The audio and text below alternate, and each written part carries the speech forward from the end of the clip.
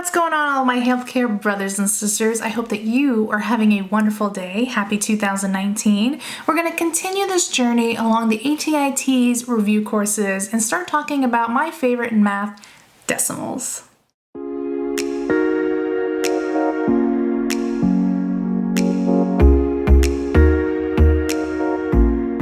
In this video, I'd like to go ahead and extend an invitation for you to go ahead and subscribe to me down below. If you haven't already subscribed, where have you been, all my ATI TEAS people? Make sure that you hit that big thumbs up to let other people know that are looking for the ATI TEAS reviews that I'm doing a good job and that this information is helpful for you for passing your ATI TEAS like a boss. Let's get started. All right, decimals. So decimals are similar to fractions. The difference is, instead of showing a numerator over a denominator, a decimal shows portions of a number using a decimal point. So whether the number falls to the left or the right of the decimal point, each number has a specific place value. So let's look at an example. 123 point decimal, whatever you choose to call it, 456. So I've created a little chart for you so that you can see how these different numbers and place values match up with the decimal system. So as you can see, starting from the decimal moving left, the number 3 is in the ones place, the number 2 is in the tens place, and the number 1 is in the hundreds place.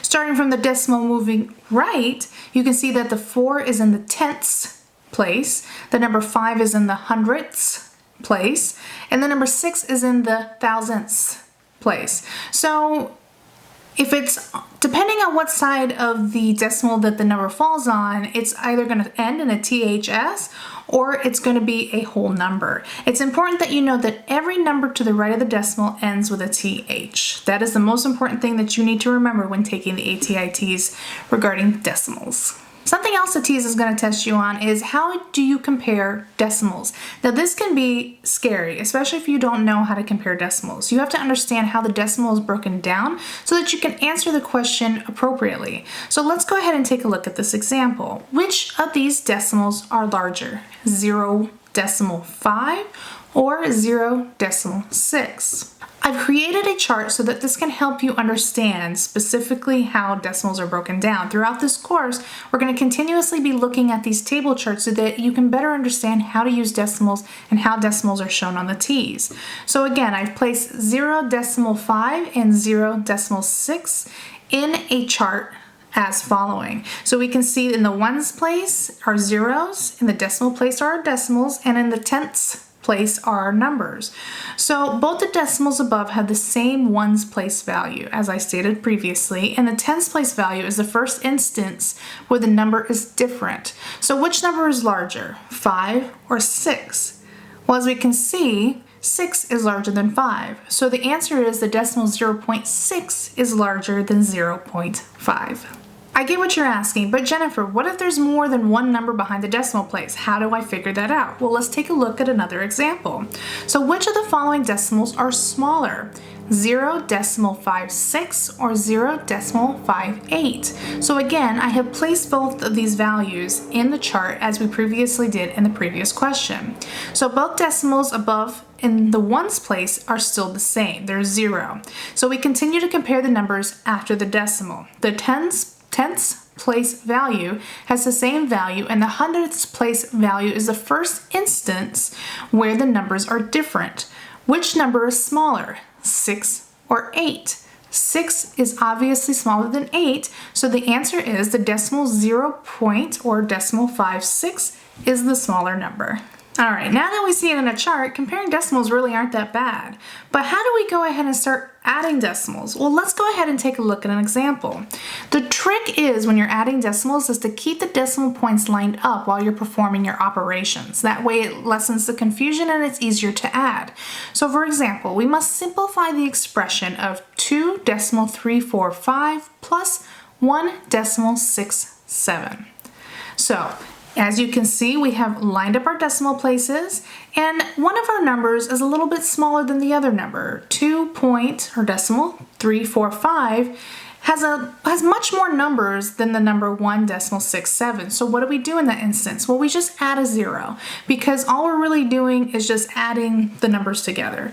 So 1.67 becomes 1.670. So when we add these together, we get 4.015, and the correct answer is 4.015. An easy way to remember this is that it's just basic addition. You just have decimals there. So you're gonna go ahead and add like you normally would and just move your decimal down depending on where the decimal falls.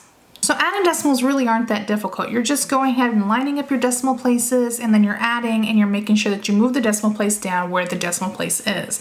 However, subtracting decimals are really the same thing. So when subtracting decimals, you want to continue to keep the decimal point lined up as you perform the operation and subtract as you would, say, with whole numbers. So with this example, we're going to simplify 24.56 minus 4.102.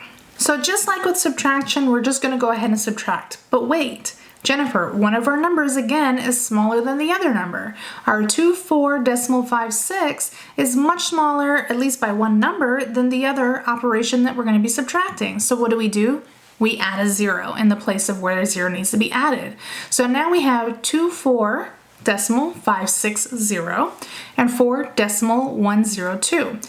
We've lined up our decimal places and we've added our 0 as appropriately. So we're just going to go ahead and perform subtraction like we would whole numbers. This inevitably gives us 20.458. So the correct answer is 20.458. With addition and subtraction, we're always going to keep the decimal place lined up to perform the operation. However, with multiplication and division, it's a little bit different. So let's go ahead and start with multiplication. Multiplication can be slightly trickier than addition and subtraction. You're going to perform multiplication of decimals as you would with whole numbers.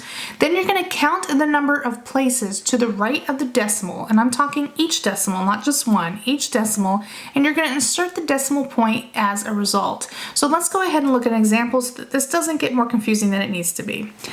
We are going to simplify the operation. 0.04 times 0.6. So let's go ahead and take a look at that. So we're going to begin this equation by multiplying 4 times 6. The sum of 4 times 6 is 24. So we have part of our answer, but we're not done yet. We need to go ahead and insert our decimal place. So we're going to count the numbers to the right of the decimal in both the 0.04 as well as the 0.6. So in the decimal 0.04, there's 2 place values to the right of the decimal. And in 0.6, there's 1 place value to the right of the decimal. So our final answer must have 3 place values after the decimal. So starting with our answer 24, we're going to count to the left 3 decimal places. So 4, that's 1, 2, that's 2, and now we have no other numbers. So what do we do to make this right? We're going to add a 0, and then we're going to place our decimal before the 0. So our final answer becomes 0.024. Now I want to reiterate how important it is when you're working with decimals and you don't have a whole number, you only have TH numbers, your ones, hundredths, tenths, those are numbers. It's important to place a 0 before the decimal. This will inevitably help you when you are a healthcare professional regarding equations that involve medications, and this will hopefully help prevent medication errors in the future. Moving on to division of decimals. Division of decimals are performed just like multiplication. Performing division is slightly different depending on whether the operation is using whole numbers or decimal numbers, but we're going to go ahead and do an example so that we can clear this up for you. If you're dividing by whole numbers, you're going to place the decimal directly above the number being divided in the same location. So let's take a look at an example. 4.2625 divided by 5. So, moving on, you can see from our operation here that we have 5 divided by 4.2625. So we're just going to move that decimal up in our operation. So we know that 5 can't go into 4. So we're going to go ahead and place a 0, and then we're going to place our decimal. However, 5 can go into 42 8 times, that's 40. We're going to go ahead and subtract that, and we're left with 26. 5 can go into 26 5 times, that's 25, and we're left with 1, bringing the number down 12. Well, 5 can go into 12 2 times. That'll be 10. We're going to go ahead and subtract. That is going to leave us with 2, and we're going to bring down our 5, leaving us with 25. And then lastly, we're going to go ahead, and we already know that 5 can go into 25 5 times. That's 25, and that leaves us with nothing. So we're completely done with our subtraction, and we know that our correct answer is 0.8525. Lastly, our last lesson with decimals is understanding division with decimals. So if you're dividing two numbers, you can change the decimal location by moving the decimal to the right equally in both decimals. So what do I mean by that? Let's take a look at this example. 8.4 divided by 0.7. That becomes 84/7 because we can move each decimal to the right one time, making them whole numbers. In both decimals, we move those locations, and now we can simplify the operation. 84 divided by 7 is equal to 12.